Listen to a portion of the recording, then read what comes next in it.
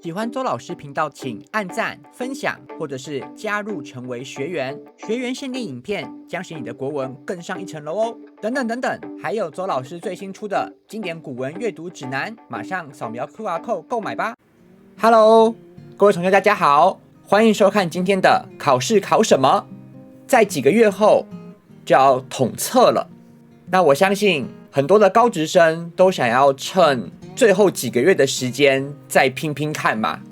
我们就继续来看到114年统测它的出题方向吧，跟着周老师一起击败这个大魔王。我们在去年的时候有做了一些关于113年统测的题目分析，就结果来看，大部分都预测准确了。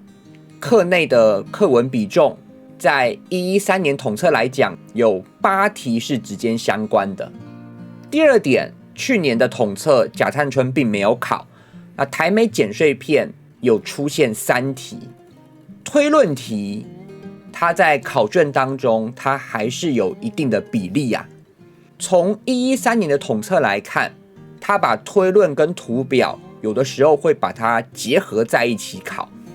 所以图表题加推论判断题总共出现了6题。从111年到113年这3年的题目来看，首先古文14篇绝对不能够错过啊！高职生考的统测几乎每一篇都有考，有2篇文章每年都不缺席，就是烛之武退秦师还有台美简碎片。再来，有一些题目啊，它只要一出现就会考很多题。例如《赤壁赋》，在113年《赤壁赋》考了5题，可是112年《赤壁赋》文章本身并没有出现在考卷当中。112年贾探春闵会心历考了2题，到了113年他没有考，所以这种一出现就爆多的啦，很有可能他下一个年度它就不会再出现了。今年没有出现的一些文本，大家可以特别的注意。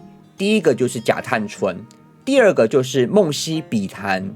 梦溪笔谈它只有考了物态研判1篇而已，其余的3篇以工代政、曲面镜成像还有造船的都没有考，所以很有机会再把它考出来。第3个鄙人学盖，这个是玉离子的篇章，那我觉得就算要考，它也是考在形音义啦，所以我觉得重点还是放在贾探春跟梦溪笔谈上面。再来，其他有一些不是14篇但也重要的篇章，分为2类来讲。第一类是文言文，有渔府；白话文的话有记、鬼头刀。渔府每一年都有出现啊，那记也是一样。这些题目通常都是出现在阅读性的文章当中，它不会考形音义，所以啊，我们还是能够做出一些推断出来。他爱考的文章，赤壁赋、烛之武、贾探春、渔府篇章里面，它都有一些对话，对不对？因为它可以去展现出第一个人的语文表达能力，人的人际沟通能力，还有人的理解同理的能力。最后一个就是价值取舍的能力，就是说我该怎么样透过这几篇文章选择我的价值。这我觉得是在高职当中他特别强调的一个面向。另外还有一些题型是可以注意的。第一个成语的部分它都会考1题。第二个国学的概要，这考非常简单，可能是对联、简单的题词。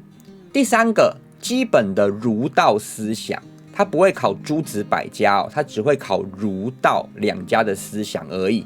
我们只要把基本概念搞清楚就好了，不用再特别的深入。其次就是一些进阶的题型，刚刚提到的图表资讯的判读跟推理判断，这都是历届统测非常重视的题型。第三个就是文白的对读，通常文言文会选用5文14篇。进阶题的重点在于说啊，记得你要边看边画重点，然后从现在开始你就可以多多练习。最后我们一定要跟大家强调的是，作文不能够放过。为什么？第一个，你作文有写就有分啊，你只要能够符合题目写到3到4段，通常分数都不会太差。你有这个作文分数，你就更容易达到均标。很多学校的国文，它有采计的话，都要均标。特别提出一个数据给大家讲，以113年的统测来看，我们的均标是56分嘛。如果只靠选择题就达到56分的人，有 16%， 大概11000人。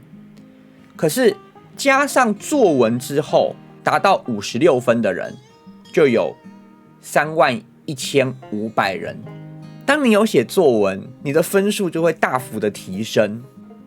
之后我们会再做一部影片来讲，怎么样子有一个比较简单的架构来帮助你去构思你的写作内容。不论你是遇到比较感性的题目，还是比较说理的题目，它都适用。一起来击败114年的统测吧！大家加油！我们就下支影片再见喽，各位拜拜。